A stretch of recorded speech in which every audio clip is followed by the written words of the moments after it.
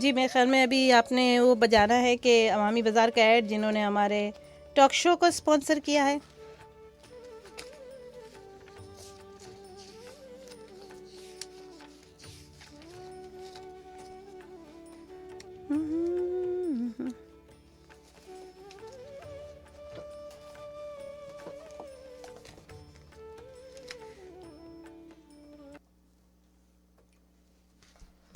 جی ہمارے talk show کے sponsor ہیں عوامی بازار ہے، جو بہت ٹائم سے ہمارے اس شو کو اسپانسر کر رہے ہیں. بہت بہت شکریہ عوامی بازار کا اس تعاون کے لیے. ایک کمرشل بریک بھی لیں گے اور ٹاک شو کے اسپانسر عوامی بازار. جی عوامی بازار کا ٹاک شو کے بعد ہم اس کو کنٹینیو کریں گے. مل گیا صوفیہ، دیوان ایونیو پر آخر یہ ساری عوام کہاں جا رہی ہے؟ سہیل، یہ لوگ عوامی بازار جا رہے ہیں. کیوں؟ کیونکہ پورے دیوان پر سب سے اچھی اور سستی گروسری صرف عوامی بازار میں ہی ملتی ہے. ذبیحہ حلال گوشت ہے ان کے پاس؟ ایسا ایتھینٹک ذبیحہ حلال کے غیر ذبیحہ ثابت کرنے والوں کو $50,000 کا انعام رکھا گیا ہے، جو گزشتہ 10 سال سے کسی نے نہیں جیتا. آپ گروسری اور گوشت لیں، میں ویسٹرن یونین سے پاکستان پیسے بھجوا کر آتا ہوں. عوامی بازار ویسٹرن یونین کے آتھورائز ڈیلر بھی ہے، آپ پیسے یہاں سے بھی بھجوا سکتے ہیں.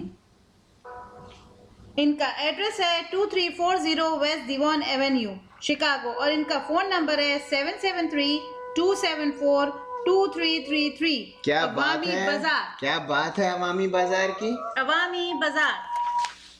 جی یہ تو آج کا ٹاک شو کے اسپانسر تھے جو ہمیشہ سے ہی ہے. چلے آج میں کچھ دیسیوں کی خاص عادت پہ غور فرماتے ہیں. اس میں ایک بہت پاپولر عادت ہے ٹو میں لگے رہنا، کسی کی پنچایت کرنا. ہم لوگ انڈیا میں تو اسے پنچایت کہتے ہیں. یہ ہماری بہت فیوریٹ ہابی ہے. اسے آپ چاہے گوسپنگ کا نام دے دیں یا کٹی پارٹی کا نام دے دیں، یا مردوں کی کٹی پارٹی کا نام دے دیں. ایسی ہیبٹ نہیں جو ہے نا ہماری ایسی تیسی کی ہے، ہماری قوم کی، ہماری چیزیں. مطلب یہاں امریکہ وہ پاکستان میں اور انڈیا میں ہر پیدا ہونے والا بچہ ایک سمجھ لو کہ ڈیٹیکٹیو بن کے پیدا ہوتا ہے.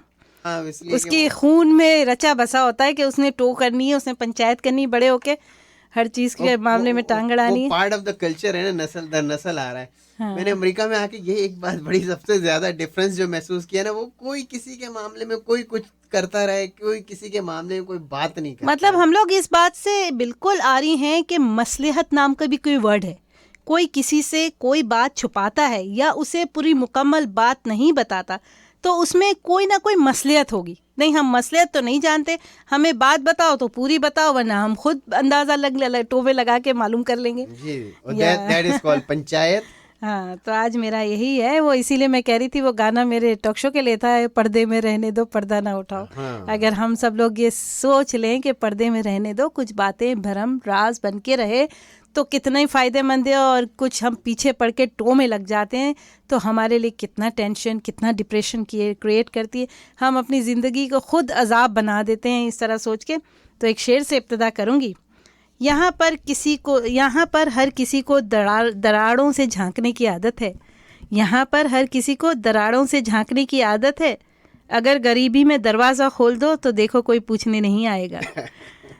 تو دراڑوں سے تو جھانک کے وہ معلوم کریں گے کہ آپ کے حالات کیسے چل رہے، فائنینشیل، ایموشنل، گھریلو حالات، جھگڑوں کا بارے میں، آپ کا میاں بیوی کا ریلیشن کیسا چل رہا ہے، آپ کا بچوں سے کیسا چل رہا ہے ریلیشن.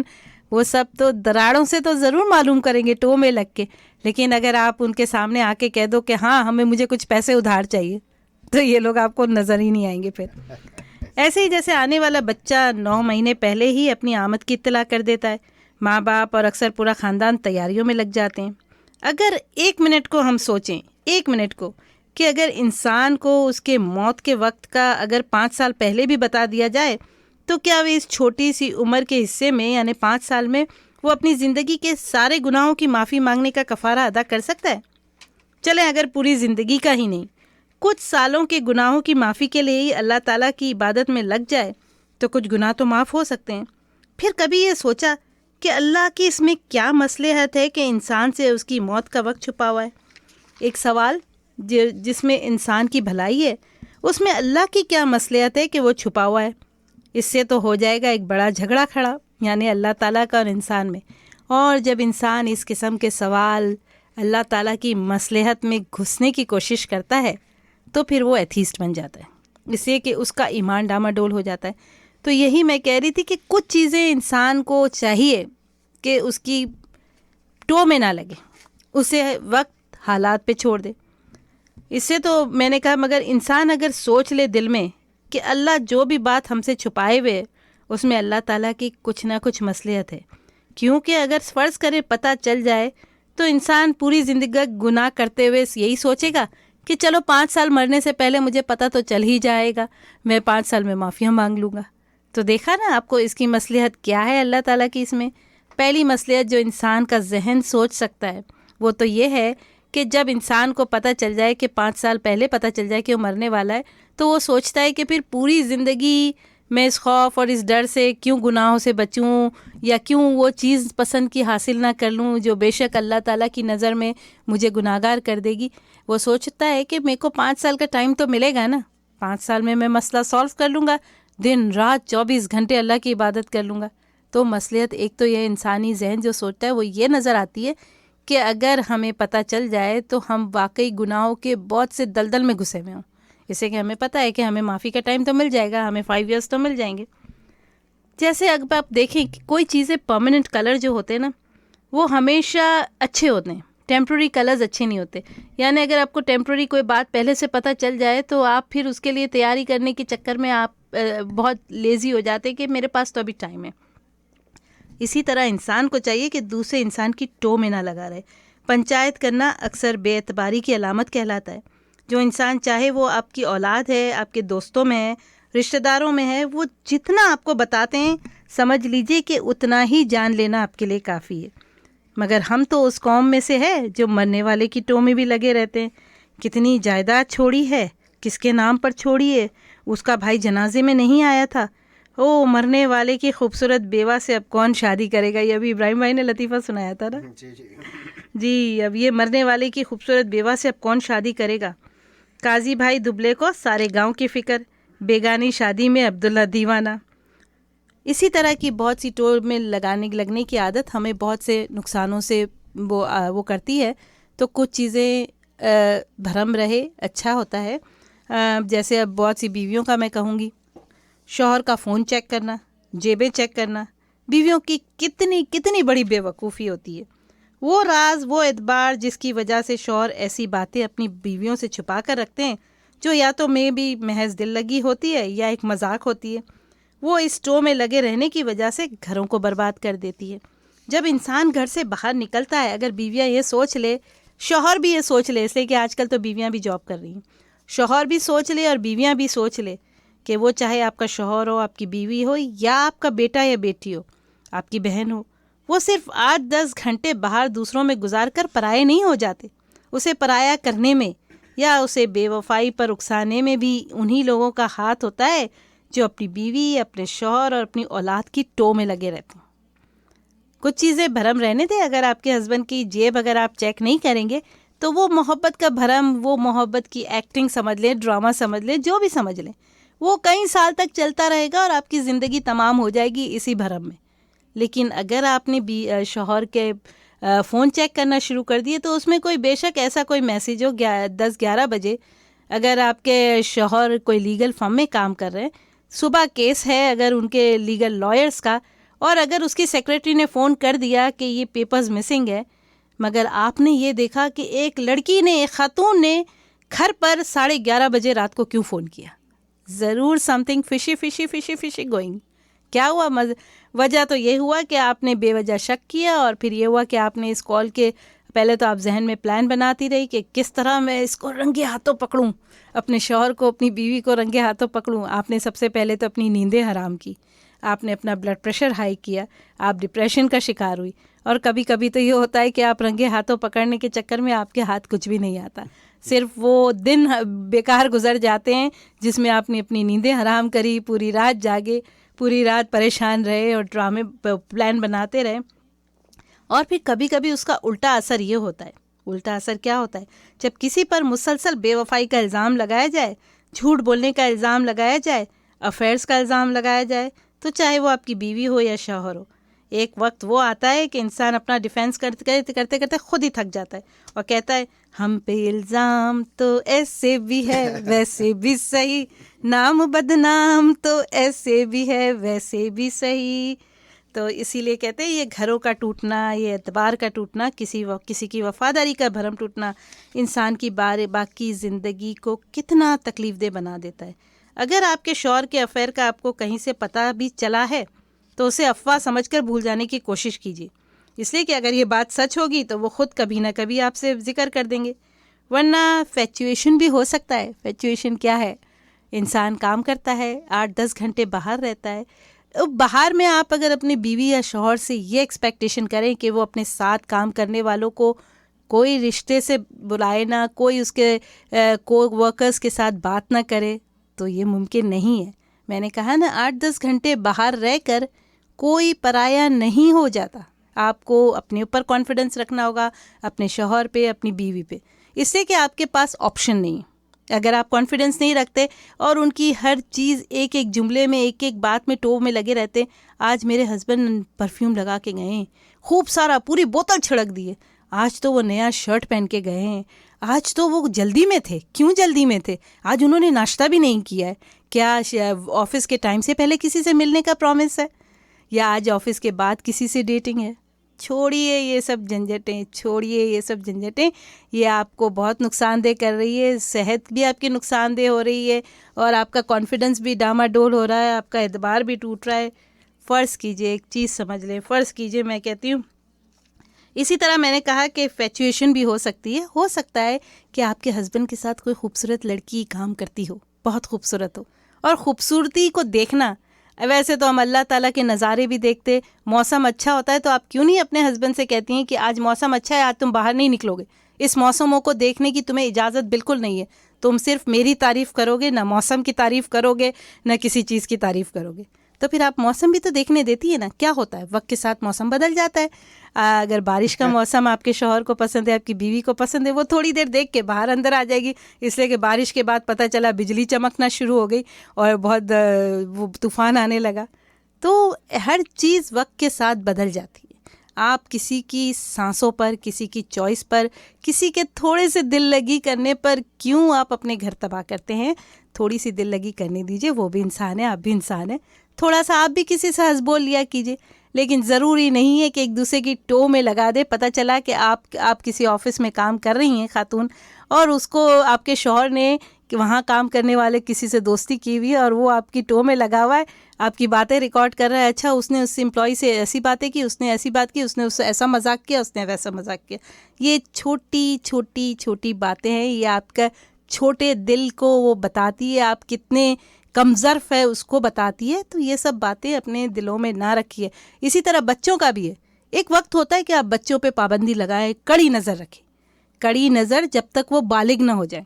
بالغ ہونے کا مطلب ہے کہ انہیں آپ نے کڑی نظر رکھ کے یہ سمجھا دیا، اس پابندیوں کے ذریعے یہ سمجھا دیا کہ یہ پابندیاں ان چیزوں کے لیے ہے جو تمہارے لیے اچھی نہیں. یعنی ان عمر میں، یعنی 20 ایئرس سے پہلے اگر آپ نے اپنے بچوں پہ پابندی لگائی ہے، دیٹس دا رائٹ ٹائم. جیسے وہ 20 ایئرس کے ہوں اور آپ کو احساس ہو کہ اس پابندیوں نے ان کو اچھے اور برے کا فرق سمجھا دیا ہے، پھر ٹو میں نہ لگے رہیں.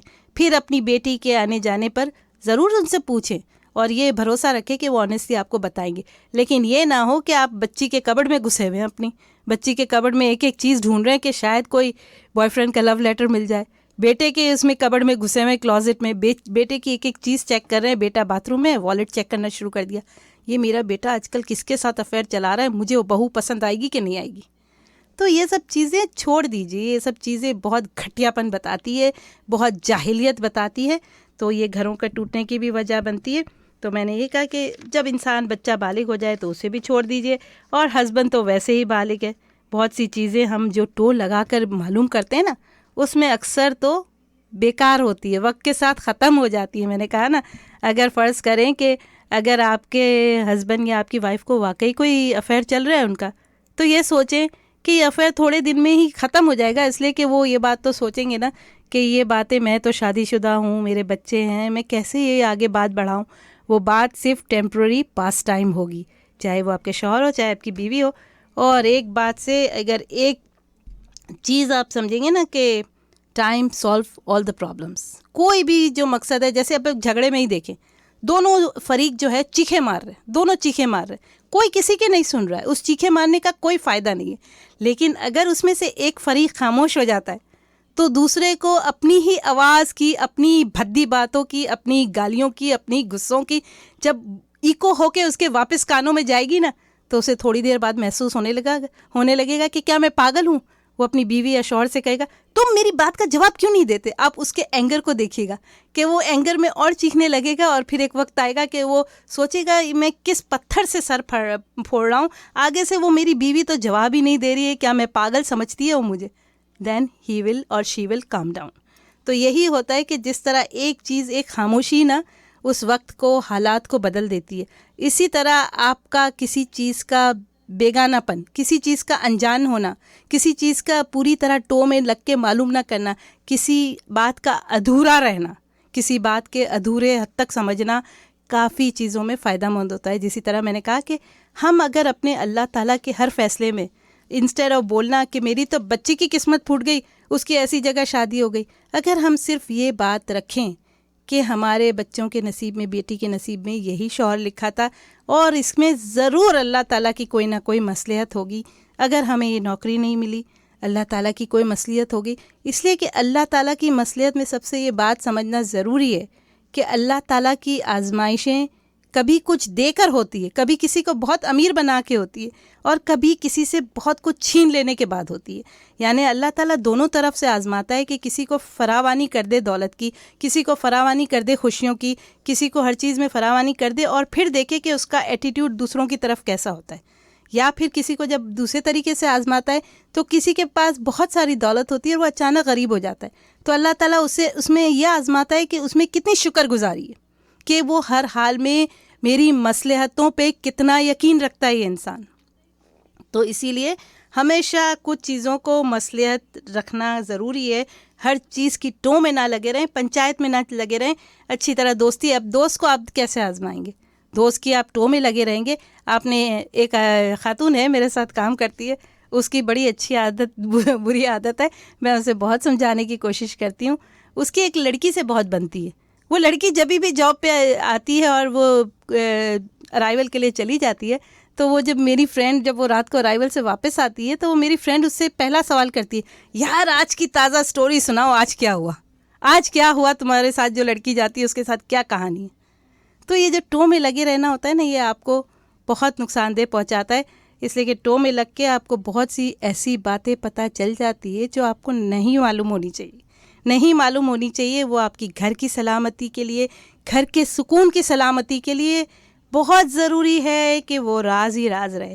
اسی لیے میرے کو، جیسے میری ہی مثال لے لیں، مجھے اگر کوئی بولے کہ تمہیں تو پتہ ہے کہ تمہارے ہسبینڈ کا افیئر چل رہا ہے اور تمہیں افیئر کے بارے میں معلوم کرنا ہے، میں اسے کہوں گی پلیز مجھے معاف کرو، میرے پاس اپنے آپ کو ڈپریس کرنے کا مجھے کوئی شوق نہیں، جو ہوگا دیکھا جائے گا. اسی طرح ہر بیویوں کو چاہیے، ہر شوہروں کو چاہیے کہ جب بیوی یا شوہر باہر نکلے، آپ کے بچے باہر نکلے، آپ کی بہن باہر نکلے، تو یہ بات ذہن میں رکھیں کہ وہ انسان آزاد پیدا ہوا ہے، اس کی سوچ، اس کی تھنکنگ، اس کے آزاد پیدا ہوا ہے، اور اسے اللہ تعالیٰ نے نفس بھی آزاد دیا ہوا ہے، اس کو چوائس دی ہوئی ہے کہ تم اچھے حالات میں بھی رہو گے، اچھے لوگوں کے درمیان بھی رہو گے، برے لوگوں کے درمیان میں بھی رہو گے. تم اپنے ایکشن کے خود ذمہ دار ہو، تم اپنے ایکشن کے خود ذمہ دار ہو. آپ کو اس کی بڑی اچھی بتاؤں گی، پتہ نہیں، ایک ریلیجس بک میں نے پڑھا تھا ایک قصہ کہ ایک شوہر تھا، وہ اس کی جب شادی ہوئی تو وہ بڑا مذہبی بنتا تھا، اور اس نے شادی بھی ظاہری بات ہے ایک بڑی پردہ دار بیوی سے کری، لیکن وہ ان لوگوں میں سے تھا جو منہ پہ تو بڑے وہ بنتے ہیں مذہبی ٹائپ، لیکن اندر سے بڑے ہی کیا کہوں گی، بڑے ہی چاپلوس ہوتے ہیں، بڑے ہی فلرٹی ہوتے ہیں اور ایسے ہوتے ہیں. تو یہ صاحب کا بھی یہی حال تھا. بیوی کے سامنے، بیوی اتنی پردہ دار ملی تو بیوی کے سامنے بس یہی، نماز پڑھنے جا رہا ہوں مسجد تک، یہاں جا رہا ہوں میں، اصلاحی کلاسز دیتا ہوں میں، لوگوں کو، بچوں کو وہ پڑھاتا ہوں. اور یہ سب کرنے کے باوجود یہی ہوا کہ وہ جہاں ایک اس کو پڑھانے جاتا تھا ایک بچی کو، اس کی جو بھابھی تھی اس کو بڑا اچھی لگنے لگی. وہ بہانے سے زیادہ دیر وہاں بیٹھنے لگا. اس نے سوچا کہ میری بیوی تو بڑی پردہ دار ہے, میری بیوی تو کبھی باہر نکلتی نہیں ہے, اس کو تو پتہ چلے گا بھی نہیں, اور مجھے اپنی بیوی کی طرف سے کوئی فکر بھی نہیں ہے. اس طرح کر کے وہ اتفاق سے وہ اس کی جو بھابھی تھی وہ بھی کافی ماڈرن تھی, اسی لیے شاید اس مولانا صاحب کو پسند آ گئی. بڑے افیئر چلنے لگے, تھوڑا گھر میں بات چیت ہونے لگی, پھر باہر ہونے لگی. پھر ایک دفعہ اس نے یہ نہیں جانا کہ ہر انسان اپنے اعمال کا ذمہ دار خود ہے. اس نے جب ایک دفعہ گھر آیا, وہ سوچا میری بیوی تو بڑی پردہ دار ہے. گھر انٹر ہونے سے پہلے اس نے دیکھا کہ وہ دودھ والے کی سائیکل باہر کھڑی ہوئی ہے. وہ سوچا کہ یہ شام کو دودھ والا میرے گھر پہ کیا کر رہا ہے, وہ تو صبح دودھ دینے آتا ہے. اور جب اس نے جھانک کے دیکھا تو دروازہ کھولے ہوئے اس کی وائف کھڑی ہوئی تھی, اور باہر سے دودھ والے نے اس کا ہاتھ پکڑا ہوا تھا. تو ہر انسان کو اپنے کیے کی سزا ملتی ہے. اگر ہر بیوی, ہر شوہر, ہر اولاد, ہر ماں باپ یہ سوچ لیں, ہر بہن کا بھائی یہ سوچ لے کہ ہر انسان اپنے اعمال کا خود ذمہ دار ہے. اگر میرا شوہر کچھ کرتا ہے, یا میری بہن کوئی بے غیرتی کرتی ہے, یا وہ میرے بچے کچھ ایسا کرتے ہیں جب میں نے اسے اچھائی اور برائی کی تمیز سکھا دی, تو دے آر رسپانسبل. اب یہ شوہر بھی دیکھے نا, اس نے اگر کسی اور کے ساتھ کیا یہ سوچتے ہوئے کہ میری بیوی بہت پردہ دار ہے, میری بیوی کبھی کوئی ایسی حرکت نہیں کر سکتی, تو اللہ تعالیٰ نے اسے بتا دیا.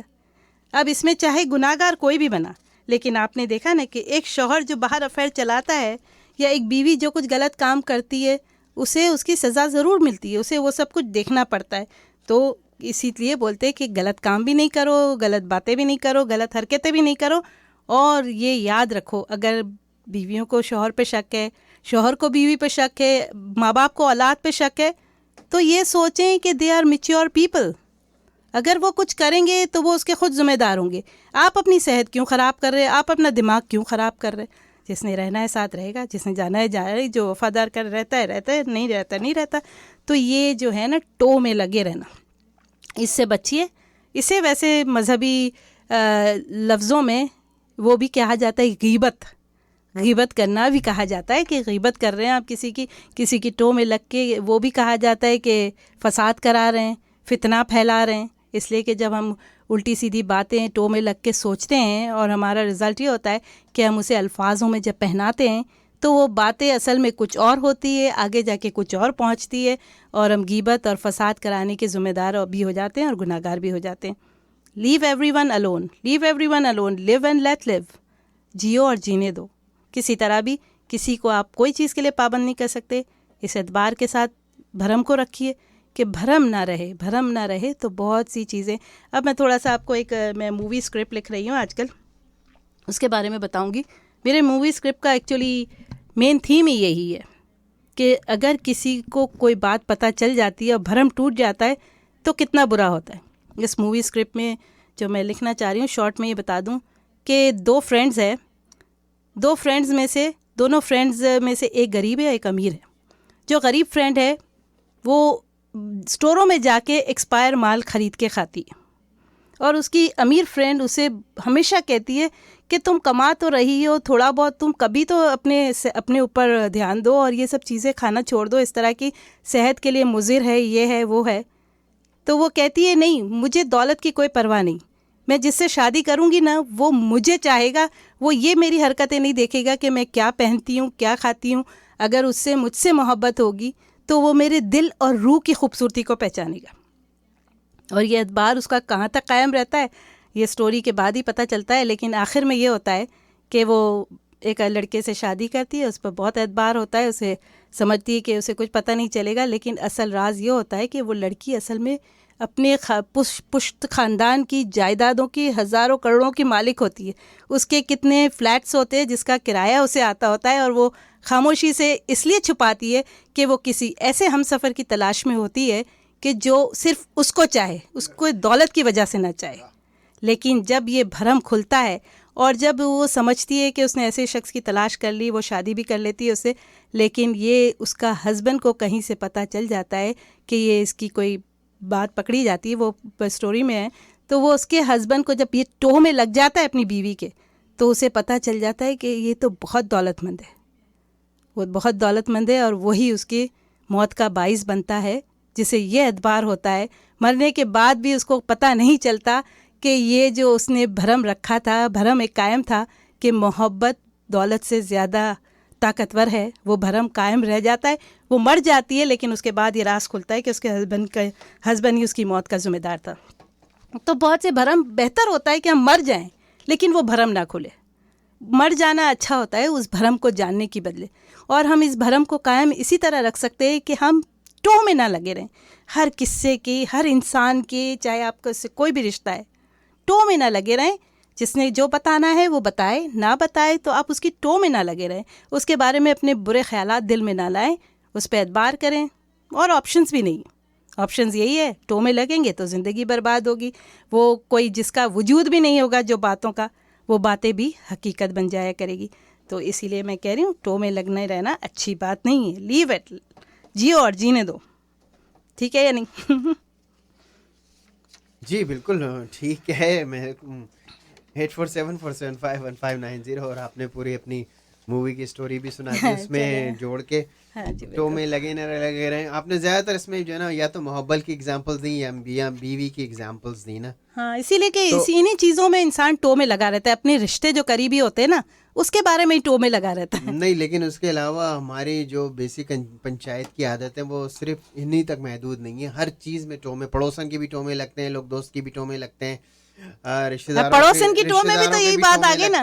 آپ پڑوسن کی ٹو میں کیوں لگیں گے؟ اس لیے کہ آپ کو شک ہے کہ آپ کا ہسبینڈ پورا دن گیلری میں کھڑا رہتا ہے. آئی مین پڑوس کی ٹو میں لگے رہتے ہیں کہ وہ کیا کر رہے ہیں, کیا کھا رہے ہیں, کیا کما رہے ہیں. وہ پڑوسن کی مطلب آپ کو, اب ہر کسی کی پڑوسن تو اتنی خوبصورت نہیں ہوتی کہ آپ یہ گانا شروع کر دیں, وہ میرے سامنے, میرے کیا وہ سامنے والی کھڑکی میں ایک چاند سے ٹکڑا رہتا ہے. مطلب ایک اللہ تعالیٰ کی بھی خوبی سمجھ لیں کہ اللہ تعالیٰ نے انسان کو موت کے بارے میں بھی نہیں بتایا. تو مصلحت ہوتی ہے ہر چیز میں, ہر واقعے میں کسی کا کوئی بات کو چھپانا, کسی کا کوئی بات کو نہ ظاہر کرنا, بہت سی مصلحت ہوتی ہے. اس لیے کہ شاید وہ اس معاملے میں سیریس نہیں ہوتے, اس لیے وہ بات کو چھپا جاتے ہیں. لیکن آپ کسی کے پیچھے پڑ کے جیبوں کی تلاشی, فون کی تلاشی, forget it, wastage of time. مطلب یہ کچھ عورتوں کی یا مردوں کی یہ آج کل تو مردوں کی بھی ہے نیچر ہوتی ہے نا. اچھا, عورتوں کی بھی ہوتی ہے. ہاں, عورتوں کی تو بہت پرانی نیچر ہے, عورتوں کی تو بہت جنم سے ہے. ڈیفینیٹلی. سونی دھرتی اور انیر. السلام علیکم. وعلیکم السلام. وعلیکم السلام. بس آپ کے شو کے اندر مجھے جو سارے ٹاک شو میں جو بات پسند آئی سب سے اچھی وہ یہ کہ آپ نے سہیل بھائی کو اجازت دے دی ہے کہ جو مرضی کرتے رہو. اب میں تمہاری ٹو میں نہیں ہوں. ہاں, میں ٹو میں نہیں ہوں. میں بالکل میں اپنی زندگی بڑی کام ڈاؤن گزارتی ہوں, اللہ پہ بھروسہ کر کے. مشتاق بھائی ایک میں آپ کو وہ کہہ دوں, کیا کہتے ہیں محاورہ ہے نا, آپ کے منہ میں گھی شکر. مردوں کو خوش کر دیا آپ نے. وہ ہے نا اس کا ایک, وہ بھی انگلش میں وہ بھی ہے نا کوٹ کے, if you love someone let him be free, if it come backs to you it is made for you and if it doesn't come it is not meant for you. 4 شادیاں کر کے سوکنے گھر میں لے آئے اور باہر اپنے چکر چلا رہے. ہاں, چلانے دیں, کم سے کم گھر پہ تو نہیں لائیں گے. اتنی ہمت تو نہیں کریں گے نا. ہاں, اتنی ہمت تو نہیں کریں گے نا کہ گھر پہ بیوی کو بولے. ہاں, لیکن آپ نے اگر جیب سے فون نمبر نکالا یا لو لیٹر نکال لیا پھر تو انہیں بولنا ہی پڑے گا. ویسے یوزولی یہ ہوتا نہیں ہے مشتاق بھائی. ہاں, یہ فلموں میں اور باتوں میں تو اچھا لگتا ہے, لیکن پریکٹیکل لائف میں ذرا بھی اگر غلطی سے کسی کے وہ کالر پہ کوئی لپسٹک کسی کی لگ جائے, شاید کوئی آپ سے پیسنجر ٹکرا گیا ہو, آپ پلین میں جا رہے ہوں, کوئی لڑکی مال میں چلتے ہوئے آپ پہ گر گئی اور آپ نے اسے سہارا دے دیا ہو. میں نے پچھلے دنوں ایک سوشل ایکسپیریمنٹ دیکھا تھا اسی طرح کا, کہ ایک لڑکی جان بوجھ کے کسی کے کالر پہ جو ہے نا وہ چلتے چلتے ہاتھ میں اس نے لپس کے نشان بنائے ہوئے تھے, اور وہ ایسی ٹکرا جاتی تھی, وہ آپ کے گردن پہ پکڑتی تھی آ کے سیدھا نا ٹکراتے ہوئے, تو وہ اس کے چھپ جاتے تھے نا, اور اس کی بیوی آگے جا کے اس پہ کچ کچ شروع کر دیتی تھی کہ تمہارے کالر پہ لپسٹک کے نشان کیسے آ گئے. تو وہ سوشل ایکسپیریمنٹ کر رہے تھے, تو وہ تھوڑی دیر میں اتنی جھگڑا بڑھ جاتا تھا, لڑکی آ کے بتاتی تھی کہ یو آر آن کیمرہ, یہ میرا پرینک تھا. تو یوزولی یہ ایک انسانی نیچر ہے, یو کی ناٹ گیٹ اٹ, آپ اس سے کمپلیٹلی دور نہیں رہ سکتے اس بات سے. یہ اور بات ہے کہ اس میں تھوڑی سی کمی ضرور آ سکتی ہے کہ ڈیلی لائف میں ہاں میرا ٹاک شو سن کے تھوڑی سی کمی آ اپنی ڈیلی لائف میں جو ہے نا سب سے اچھی جو لائف ہے نا آپ کی اپنے کام سے کام رکھے جسے کہتے ہیں نا وہ دیٹس اے ونڈرفل اپنے کام سے کام رکھے. یہ ہے کہ دوسرا ٹاک شو کے اندر جو آپ کا جو سب سے اچھی بات تھی کہ ایک دوسرے پہ کانفیڈینس ہونا چاہیے. ہاں بالکل نہیں ہونا چاہیے. بالکل. اور اچھی ایکٹیویٹیز بھی ہے. آپ کے ہسبینڈ کے فون کو چیک کرنا یا آپ کی بیوی کے پرس کو چیک کرنا اس کے بجائے بہتر ہے آپ کوئی مووی جا کے دیکھ لیں, بالی ووڈ مووی کو اچھی سی. اچھا شکریہ. کوئی اچھا سا کام کر لیں, کوئی مزیدار جو آپ کو تھوڑا سا آپ کی ہابی کو فالو کرے. سونی دھتی اور انیر. السلام علیکم, میں عارف قادری بات کر رہا ہوں. جی وعلیکم السلام. آج آپ کا یہ جو بیان تھا بہت زیادہ پازیٹیو اور بہت زیادہ حقیقت سے قریب ہے. یہ اچھا آپ زیادہ خوش نہ ہو, آپ خوش فہمی کا شکار نہ ہوئے گا. وہ تو خوش ہونے کی بات ہے, لیکن میں آپ کو ایک چیز یہ ٹو کی جو عادت ہے نا یہ ہمارے پورے برے صغیر پاک و ہند میں جیسے جھوٹ کی عادت ہے ویسے ہی اسی طرح سے یہ جو ہے نا ٹو کی عادت جڑی ہوئی ہے اس قوم کے ساتھ. بالکل بالکل. اچھا آپ صرف ایک میں چھوٹی سی مثال اور بلا وجہ غیر ضروری باتوں کے اندر جو ہے سوری میرا تھوڑا سا آج گلا خراب ہے, بلا وجہ سوچنا. جیسا کہ ایک چھوٹی میں بچپن کی میں آپ کو بات بتا رہا ہوں کہ بھٹو صاحب جب شملہ ایگریمنٹ کرنے کے لیے انڈیا گئے تو ہمارے محلے کا جو پان والا ہے میں نے دیکھا وہ اداس بیٹھا ہوا ہے.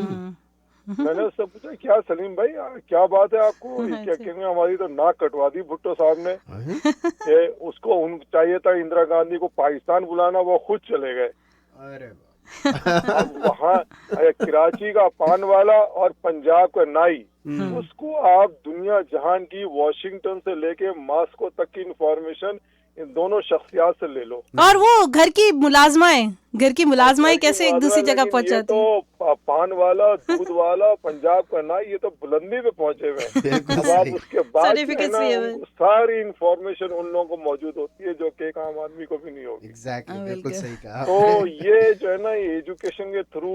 اچھا پھر ایک جو چیز میں آپ کو بتا رہا ہوں, غیبت تو ایک الگ چیز ہے. غیبت یہ کہ کسی کی برائی اس کے پیٹ پیچھے کرنا اور اس طرح ایسی بات کرنا جو کہ اس کے پیٹ پیچھے کرنا یہ غیبت کہلاتا ہے. اور اس کی باقاعدہ قرآن شریف کے اندر جو صورت ابو لہب ہے نا اس کے اندر جو ابو لہب کی بیوی اور ٹوٹ جائے ابو لہب کے ہاتھ اور اس کی بیوی جو آگ کا ایندھن لیے سر پہ گھومتی ہے, وہ اس میں یہی عادت تھی غیبت. حالانکہ اس کا نام تو ام جمیل.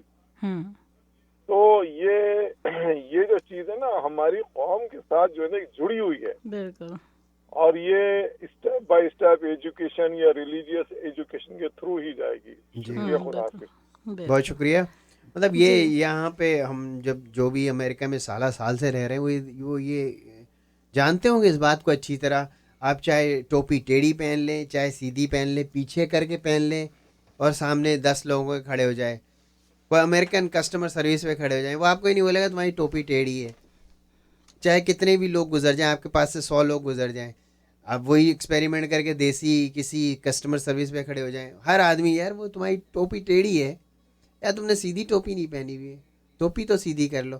یہ دس چھوٹی چھوٹی باتیں جو ہوتی ہیں نا, ہر چیز پہ کرٹیسائز کرنا, ٹو کرنا یا اعتراض کرنا. بھائی اپنے کام سے کام رکھو. ڈیلی لائف میں جب تم جو کام کرنے جا رہے ہو وہ کام کرو. تو سونی دتی اور انیر. جی السلام علیکم. وعلیکم السلام. اگر آپ کی وائف جو ہے اپنی ضروریات آپ کو نہیں بتاتی ہے تو جب تک آپ اس کا پرس چیک نہیں کریں گے آپ کو کیا پتا اس کو کس چیز کی ضرورت ہے. اچھا یہ بہانہ اچھا ہے. لیکن وہ اب گونگی وائف کی تھوڑی بات ہو رہی ہے. گونگی وائف ہی ہوگی جو نہیں بتائے گی جاوید بھائی. گونگی بھی نہیں بتاتی. کون نہیں بتاتا ہے؟ بونگی بھی نہیں بتاتی ہے. اچھا گونگی اور بونگی دونوں نہیں بتاتی ہیں. یہ تو آپ نے. دوسری بات یہ کہ جو بہت زیادہ چھوڑو ہوتے ہیں نا انہی کی ٹو میں لگتا ہے آدمی, اس کو پتا ہوتا ہے اس کی اوقات کیا ہے اور یہ کیا لمبی لمبی چھوڑ رہا ہے. تو اس کی اصلیت معلوم کرنے کے لیے آدمی یہ باتیں ساری پتا کرتا ہے اس کی. ہاں مطلب جھوٹے کو گھر تک لے کے جانا ہے. لیکن وہ بھی اس کا نن آف ہز بزنس. اگر وہ چھوڑ بھی رہا ہے یہ بھی ایک ہیبٹ ہوتی ہے نا لوگوں کی. ہیبٹ آپ نے پیسے دینے ہیں, جو پیسے نہیں دے رہا ہے اس کے لیے تو اس کے پیچھے لگنا ہی پڑتا ہے نا, ورنہ پیسے نہیں. وہ ٹو میں لگنا نہیں ہے, وہ تو آپ اس کے پیچھے اپنے پیسوں کے لیے جا رہے ہیں. وہ تو کر رہے ہیں, آپ اس کو چیک کر رہے ہیں, اس سے پوچھ رہے ہیں کہ بھائی کب دے رہے ہو, کیا دے رہے ہو, نہیں دے رہے ہو. میں ان چیزوں کی بات کر رہی ہوں جس کا آپ کو کوئی کنسرن نہیں ہے, جس کے بعد آپ کو ملے گا. ابھی تو وہ پیسے تو آپ کے ہیں تو آپ کا کنسرن ہے نا. تو پیچھے پڑیں گے کہ اس کے پاس پیسے ہیں یا نہیں ہے. لیکن جو باتوں کا کنسرن نہیں ہوتا نا, پیچھے پڑنا آپ کی ٹوپی ٹیڑھی پہنی ہوئی ہے, بھائی میری مرضی, جب مجھے جس اچھا کا لگ رہا ہے concern نہیں ٹوپی ہے, کو دوسرے ٹیڑھا کے پہننا. جس کا کنسرن نہیں ہے دوسرے کے پاس اتنا ٹائم کہاں ہے کہ اس کے لیے ان ہے چکروں نا, میں پڑے. ہمارے دیسیوں کے پاس بہت ہے. چلے ٹھیک ہے. نہیں, میں نے ایک حل بتایا سارے ان لوگوں کو جو ٹو میں لگے رہتے ہیں کہ اگر یہ واقعہ جو میں نے دودھ والے کا بتایا ہے, اگر ہر بیوی ہر شوہر یاد رکھے تو وہ اپنی بیوی اور شوہر کے ٹو میں لگنا بھول جائیں گے. وہ کچھ بھی غلط کرنے سے پہلے اگر آپ یہ یاد رکھیں, ہر انسان اپنے اعمال کا خود ذمہ دار ہے. اگر آپ کے شوہر آپ سے بے وفائی کریں گے نا, کوئی افیئر چلائیں گے نا, تو آپ کا خود بخود کسی اور سے افیئر چل پڑے گا, بات ختم. تو یہ کسی کا بس یہ یاد رکھیں, ہر کوئی اپنے اعمال کا خود ذمہ دار ہے. آپ ٹو میں لگ کے کسی کا کچھ نہیں بگاڑ سکتے, کچھ نہیں بگاڑ خود نہیں ہوتا, آپ کہہ رہی ہیں خود بخود ہو جائے گا. یہ ایک جو ہے نا وہ دنیا جو ہے نا ایک مکافات عمل ہے ہر چیز کا. جیسے وہ سائنسدانوں کا نا ایکشن کا ری ایکشن ہوتا ہے, بال زور سے دیوار پہ مارتے ہو تو اسی فورس سے واپس آپ کی طرف آتی ہے. اسی طرح ہمیں مکافات عمل سے گزرنا پڑتا ہے. جب ہم کوئی بھی برائی کرتے ہیں نا, تو وہ برائی پھر ہمارے کو بھی سامنے واپس ہمیں لگتی ہے آ کے. وہ صرف وہی بولتے ہیں, آپ کے ٹو میں کسی کے لگنے سے کسی کو آپ کوئی نقصان نہیں پہنچا سکتے, اپنی صحت کو نقصان پہنچاتے, اپنے ذہن کو پرگندہ کرتے, اپنے اعتبار کو توڑتے, اپنی بھرم کو ختم کرتے ہیں. تو یہ سب چیزوں کے لیے لیٹ اٹ گو. لیکن commercial break. Wing zone یمی Zabih حلال اوریجنل اور bone less wings and burger جیتے 10 ونگز باسکٹ فرائز. ابھی تو جیتنے کا سوال نہیں ہے, ٹائم گزر گیا. لنچ اسپیشل روزانہ 11 بجے سے 4 بجے تک ان کے پاس 5.99 میں burger, wings, fries and drink, اور 65 سینٹس ونگ بیر پیر اور بدھ کو شام 6 بجے سے کلوزنگ تک ہوتے ہیں. ونگ زون کی 2 لوکیشن ہیں جو ان کی اوریجنل لوکیشن ہے بلومنگ ڈیل روڈ پہ 2115 بلومنگ ڈیل روڈ گلینڈل ہائٹس میں, اور دوسری ان کی اسکوکی میں ہے. دوسری لوکیشن ہے ان کی ٹوہی اور میکارمک پر ہے. ان کا فون نمبر ہے 6305635280. سپر گفٹ اینڈ گروسری جو لوکیٹڈ ہے 2305 ویسٹ ڈیوان ایونیو شکاگو پہ. یہاں پہ جب نام آتا ہے تو ایک ہی نام ذہن میں آتا ہے, شکاگو کے پان اسپیشلسٹ محمد افتخار الدین میرے بھائی کا. پان فون کارڈس, پان کے پتے ہول سیل میں چاہیے ہو, پان کی کیٹرنگ کرانی ہو, خوشبو والا پان, میٹھا پان, جس طرح کا بھی پان شکاگو میں آپ کو محمد افتخار الدین بھائی سے اچھا کوئی پان بناتا نہیں ہے. اسی لیے اپنی کسی بھی تقریب میں کیٹرنگ کرانی ہو پانوں کی یا کیجول پان کھانا ہو, افتخار بھائی کو یاد رکھیں. ان کا فون نمبر ہے 7738179791. انمول میٹ اینڈ گروسری. انمول میٹ اینڈ گروسری نہ صرف ایک انمول گروسری اسٹور ہے بلکہ 100% تازہ ذبح حلال گوشت کا مرکز بھی ہے, جہاں روزانہ گوشت ان کی اپنی کنزمین سلاٹر ہاؤس سے اشرف پٹیل کی نگرانی میں ذبح ہو کر انمول گروسری آتا ہے. شریعہ بورڈ شکاگو سے تصدیق شدہ ہے. فریش پکائیں, فریش کھائیں, انمول سے گروسری اور گوشت لائیں. ان کا ایڈریس ہے 2753 ویسٹ ڈیوان ایونیو شکاگو. روزانہ صبح 10 بجے سے رات 10 بجے تک کھلے رہتے ہیں. فون نمبر ان کا 8722083373. صابری نہاری, شروع سے اب تک کھانوں کا ایک جیسا معیار صابری نہاری نے رکھا ہے برقرار. صابری نہاری فائن ڈائننگ کا شاہکار, پوری فیملی کے ساتھ جب بھی اچھے کھانے کا دل چاہے صابری نہاری چلے آئیں. ان کا ایڈریس ہے 2500 ویسٹ ڈیوان ایونیو شکاگو لینا ہے. کیٹرنگ یا ریزرویشن کے لیے کال کریں 7734653272 یا ان کی ویب سائٹ وزٹ کریں www.sabrinehari.com. آ کے کارپیٹس اینڈ فلورنگ سارے شہر میں گھوم کے دیکھ لیں, آپ کو آ کے کارپیٹس اینڈ فلورنگ جیسے پرائز کہیں نہیں ملیں گے اور آپ کی تلاش ختم ہوگی. آر کے کارپیٹس اینڈ فلورنگ پہ آ کے. ان کا ایڈریس ہے 6346 نارتھ کلیمونٹ اور ڈیوان کے کارنر پر ہے.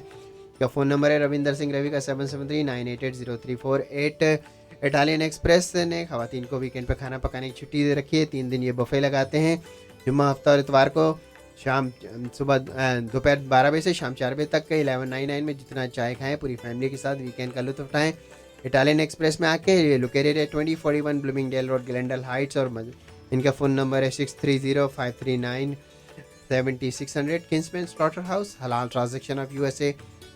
صدقہ عقیقہ قربانی اپنی کسی تقریب کے لیے تازہ اپنی نگرانی میں بکرے ذبح کرائیں یا خود یہ فریضہ انجام دیں, یا اشرف پٹیل صاحب کو بولیں وہ چھری چلا دیں آپ کے لیے. پوری فیملی کے ساتھ کنسمین سلاٹر ہاؤس آئیں, پکنک بھی منائیں, بچے بھی خوش ہوں, تازہ بکرے کا بھی گوشت یہاں سے ساتھ لے کے جائیں. اور ایک سب سے اچھی جو سیکرٹ بات ہے اس میں وہ یہ کہ ریٹیل اور ہول سیل سے بھی کم قیمت میں آپ کو یہاں پہ بکرا ملے گا. ان کا ایڈریس ہے 6260 north south Kinsman road, Kinsman Illinois. Monday through Friday صبح 7 بجے سے 3:30 بجے تک کھلے رہتے ہیں. فون کریں 7736104995. کنسمین سلاٹر ہاؤس, حلال ٹرانزیکشن آف USA. جی کمرشل بریک ہو گیا. اگر آپ کا کوئی کامنٹس باقی ہے تو 8474751590. ورنہ پولیٹیکل سیگمنٹ شروع کیجیے, کچھ پالیٹکس پہ بات ہو جائے. نہیں پالیٹکس نہیں ہے آج, مجھے جو ہے نا بہت ایک